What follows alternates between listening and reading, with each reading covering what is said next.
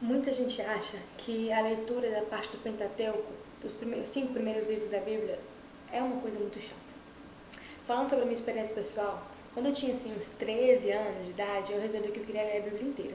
E aí as pessoas começaram a dizer para mim que era melhor que eu começasse a ler a partir do Novo Testamento, né, começando lá pelos Evangelhos, ou de repente pelos livros de Paulo, né, que era uma leitura mais fácil, uma coisa mais gostosa e que eu ia conseguir. Mas, sei lá, eu sempre tive na cabeça de que eu tinha que ler a Bíblia inteira na ordem que ela se apresentava. Então eu tinha que ler de Gênesis a Apocalipse nessa sequência. Sei lá, eu achava que tinha alguma coisa com isso aí que eu tinha que ler desse jeito. Assim sendo, né, eu acabei sendo vítima da síndrome de empacação do Pentateuco. Estou falando assim de síndrome de empacação porque na época eu conversei com alguns outros amigos meus e todo mundo se pegava no mesmo ponto, assim, né? Quer dizer, a gente começava muito bem lá, né, com toda a história da criação, e aí passava por Adão e Eva, por Abraão, Isaú, Jacó, José, Moisés, e estava tudo indo muito bem, até que começava a aparecer aquele monte de genealogia e aí geral desanimava. Para mim, né, particularmente, o que sempre me pegou mais, né, muito pior do que a genealogia para mim, sempre foram os côvados. Ai, Deus. Quando começava aquele monte de descrição a respeito do tabernáculo, da Arca da Aliança, que era côvado para tudo que era lado, eu tinha muito mais que vontade de chorar. Eu tinha sono. E aí, né, como eu estava com sono, minha cabeça ficava completamente distraída, e aí eu não entendia nada do que eu estava lendo, aí eu tinha que ficar voltando toda vez nas mesmas frases para tentar entender o que era mesmo aquele côvado estava tentando me dizer, o que aquilo significava, e nunca conseguia passar para frente na leitura, eu sempre ficava empacada ali nesses côvados, né. Na época eu tentei várias técnicas, né? Tentei ler durante o dia, né, que eu geralmente lia antes de dormir, tentei ler em pé, tentei ler em voz alta, tentei ler visualizando a cena, só que nada funcionou. Dentro desse dilema eu comecei a ficar questionando assim, por que mesmo que eu tinha que ficar lendo aquele tanto de côvado, né? Assim, uma vez que a Bíblia é o manual para a nossa vida, aquilo lá tinha que ter alguma utilidade, né? Tinha que servir para alguma coisa, porque eu estava convencida disso, porque se do contrário, não estaria na Bíblia, né? Então, eu precisava aprender alguma coisa daquilo, né? Eu tinha certeza de que não se tratava apenas de aprender a lidar com a humanidade de medida antiga, ou de ser mais imaginativa, ou mesmo de ser uma pessoa persistente e conseguir finalmente levar a minha leitura para além daqueles côvados. Tinha que ter alguma coisa mais específica, alguma coisa que tinha a ver direto com aquilo ali, né? Os côvados, eles queriam me dizer alguma coisa, eu tinha certeza. E a partir de então, eu comecei a dedicar bastante tempo do meu pensamento, assim, para tentar levantar hipóteses acerca do que aqueles côvados estavam tentando me dizer. Não tive sucesso. E aí o tempo foi passando, né, eu fui enchendo o saco daquilo e acabou que eu me esqueci. Um dia desses, né, já 7 anos depois, eu estava caminhando na praia, quando eu reparei na linha do horizonte que divide o céu do mar. Aí eu comecei a reparar, assim, o tanto que aquela linha era tênue, assim, como ela ficava bonita, né, quando assumia aquele rosa alaranjado, quando o sol começa a se pôr. E como era incrível, né, que assim, por mais que a gente seguisse na direção dela pro resto da vida, a gente nunca conseguia alcançar o horizonte propriamente dito. Porque cada vez que a gente caminhava e se aproximava dele, ele se recolocava na nossa frente, né? E aí eu me lembrei de Deus, em como ele está sempre à nossa frente.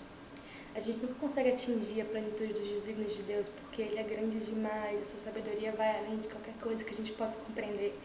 Mas isso não nos afasta dele, ao contrário, nos aproxima, né? Porque ele não usa a sua magnitude para zombar da gente, mas para cuidar de nós.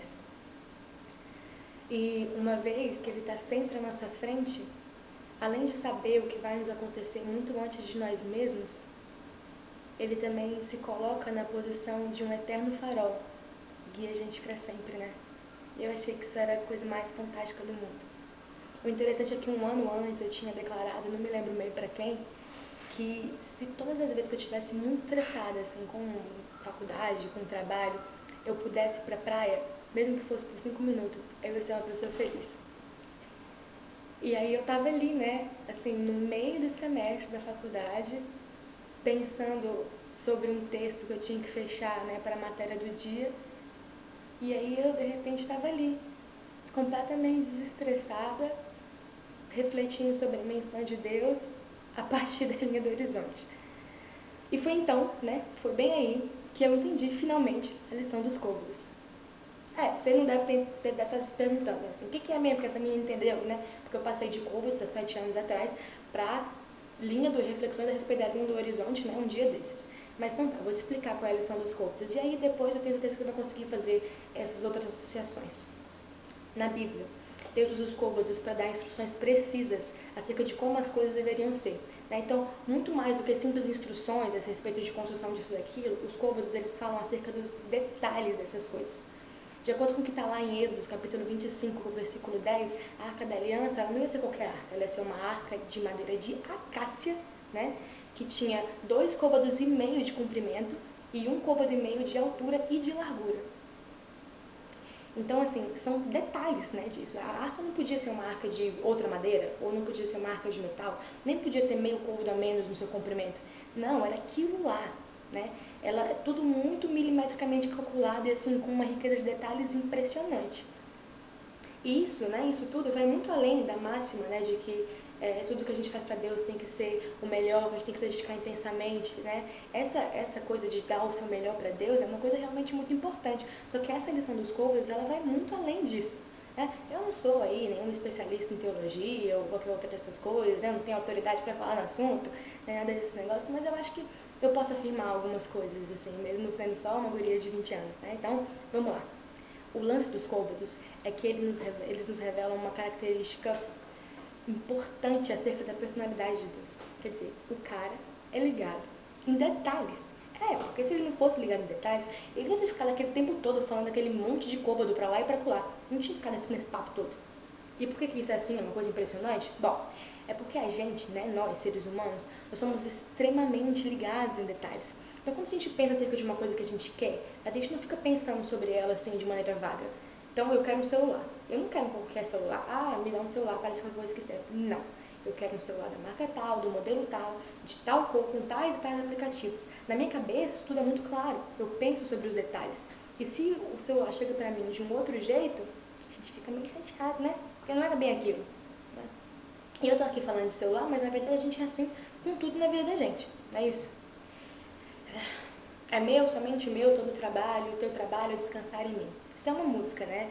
E isso é Deus falando pra gente. Aparentemente isso devia ser uma coisa assim realmente aliviadora, porque pensa bem, ele está falando que o trabalho é todo dele, que a gente tem só que ficar de boa e relaxar. Só que, cara, isso não tem nada de fácil. Quer dizer, nós somos ansiosos e medrosos, a gente quer ter controle da situação, né? Então esse negócio de ficar deitado na rede, tomando água de coco enquanto se balança bem tranquilamente, na certeza de que Deus está trabalhando, raramente acontece, infelizmente. Né? Então, assim, a gente tem mania de especular sobre as coisas, a gente morre de medo de ter entendido errado, está esperando do jeito errado, de que na verdade a gente tinha que estar fazendo alguma coisa, e a gente começa a ficar fazendo um monte de pergunta para Deus e encher o saco dele, né, com esse tipo de coisa.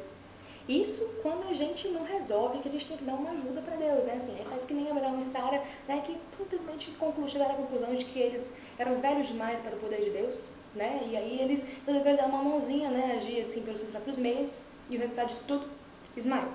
Bom, o ponto é, a lição dos côvados é fortalecedora, de fato. A Bíblia nos diz em Mateus, a partir dos versículos 25, que a gente não tem que estar ansioso por absolutamente nada na vida da gente, né? Observai as aves do céu, não semeiam, não colhem, nem ajuntam em celeiros, contudo, vosso Pai Celeste sustenta. Não, porventura não valei vós muito mais do que as aves? Né? E aí a Bíblia começa a falar a respeito de que se nós, que somos seres humanos, sabemos a boas dádivas dos nossos filhos, que dirá o nosso Pai que está no céu? Ele vai saber das boas dádivas dos seus filhos, né? Então, basta cada dia o seu próprio mal. E a partir dessa lição dos côvados, muito mais do que termos certeza de que Deus está trabalhando por nós, cuidando de nós, olhando por nós, aqueles que confiam no Senhor e voluntariamente entregaram as suas vidas nas mãos dele, né, como filhos amados, aqueles que esperam no Senhor pelo que quer que seja, têm consigo a certeza de que Deus está agindo, que de quando tudo isso acontecer, no tempo de Deus, claro, vai ser a coisa mais incrível do mundo. Porque Deus é o cara que se preocupa com os detalhes da sua vida. Porque o mesmo cara que ficou lá pensando milimetricamente acerca das cortinas do templo, ele não vai fazer nada meia boca, nada para quebrar um galho, né? Tudo que ele faz é perfeito em tudo e alcança todos os detalhes, inclusive a sua vida.